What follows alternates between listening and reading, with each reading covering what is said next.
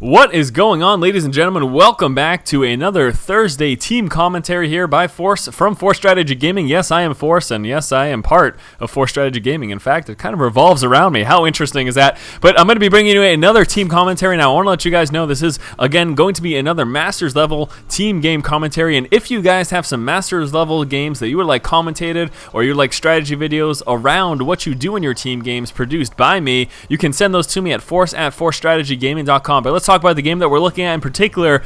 We will be looking at a 2v2 here, and the players we'll be looking at, Team 1 is going to be MCG Habs and MCG Noxy D. So Habs and Noxy D versus Mouse's Sick, S-Y-C-K, I'm going to say Sick, and Mouse's Geist. So Sick and Geist as the Zerg and Terran players versus the Zerg Noxy D and the Terran Hobbs. So it's a TZ versus TZ, and yes, another 2v2, and I do quite like this map as well. There are 8 spawn locations. Obviously, you spawn in tandem with your ally in teams of 2 in these locations, but there, of course, there's other possible spawn positions. We can see right now, it looks like Noxy D will be moving in the bottom right position, and in the upper left, we have Habs moving his scout over there. So trying to, of course, find out where their opponent is. Actually, no, Noxy D moving straight across the map first.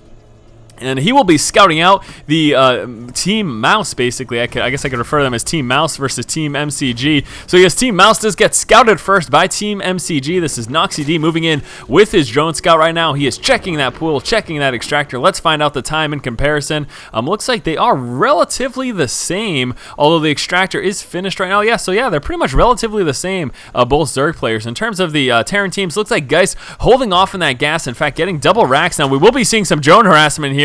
And unfortunately, Geist will be forced to pull off that building SCV, forced to come down with a couple more and sending another SCV to build that. Now over here, again, we can see that refinery is up for Habs. He does have another barracks coming out, but he will, of course, be able to get that tech lab much earlier than Geist does. Geist sticking just mineral heavy, going to be pumping out Marines. Wonder, yes, he is, in fact, going to be coming down with a bunker here as well.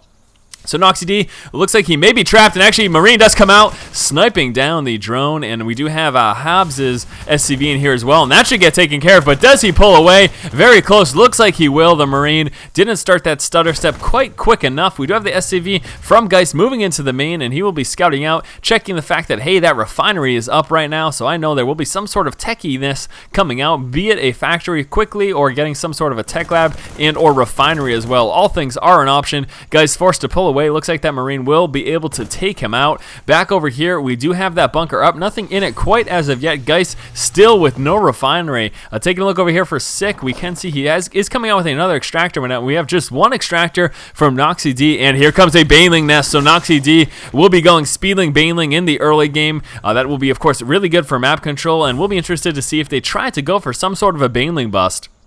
Noxy D moving across the map, grabbing the Zelnaga, just one tower on this particular map, so trying to maintain control of that, going to be great, especially cross-positional, because when they push out, you will catch them. If they are in this near position, it makes it a little bit more difficult. If they're in either to the left or the right of you, you can lose that scout, and they can kind of push into an angle. You do, of course, have to worry about those airdrops as well. Moving out to the front of the Team Mouse's base right now with the Zergling, trying to do some scouting. We'll be running right into the Marines, though, so the Zergling does get dropped, unfortunately, for Noxy D, but Noxy D still sitting at that Zelnaga tower. We do have an SCV scout trying to make its way on out, and it looks like the Zergling will be able to actually get a free kill with that. He does have the metabolic boost as well, so this will be nice and quick. There we go. See you later, SCV, and then back to the tower. Now we do have 2 Zerglings coming out to try to deal with this one Zergling, so hopefully he has the awareness to pull back with the Zergling, but no, actually engaging with it.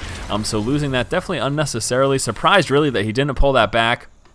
Responding instead now with 3 Zerglings. So counteract the 2 with these 3, and that will obviously give him control of that tower. And let's see if we see another response over here. Now let's pay attention to the builds here, guys. A second bunker coming out. Looks like he is finally working his way up to that factory tech. We do have the tech lab being dropped down as well as that reactor. And here is a factory starting out with some siege tanks right now as well. So going to be getting some siege tanks early on. Here comes an expansion as well from Noxy D. Now Noxy D does have a lot of Speedlings in play. Saturation isn't really the heaviest, and there is that Baneling nest. We can see, of course, that metabolic boost is finished as well, and looks like we may be seeing a push right now. Few Marines moving across the map, also a ton of Banelings, so here comes the bust right now.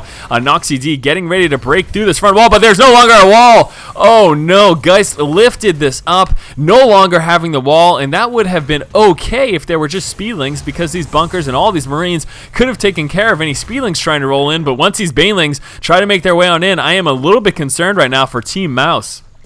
One supply depot being finished down here as well, but here comes the push. Few Marines moving forward. We'll be starting out with those banelings. Banelings moving in first. Speedlings going right behind him as well, taking down that bunker so quick.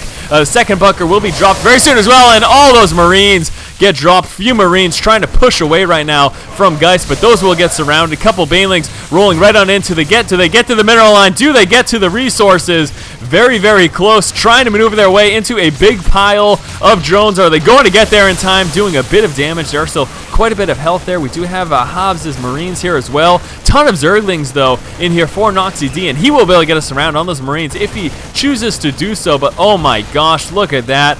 Purple Marines here from Hobbs just sniping down the Overlords and pushing into the Blue Terran's base as well, trying to get us around on that siege tank, and is he going to drop it? Yes, he does, and there are a lot of Marines and speedlings here inside of Mouse Geist's base, and look at the mutas coming out right now for Sick, though. Is it going to be enough? The mutas will be able to do a bit of damage. Those Marines, as you can see, though, do very well against those mutalisks. We're down to just the three mutalisks left, but here comes a big Marine tank push right now. We do have Mcg as well with a couple of Zerglings. We'll be joining up the force now, moving out with some mutas and some of these Zerglings to try to push out with a counterattack, but no, continuous aggression coming out from Team Mcg.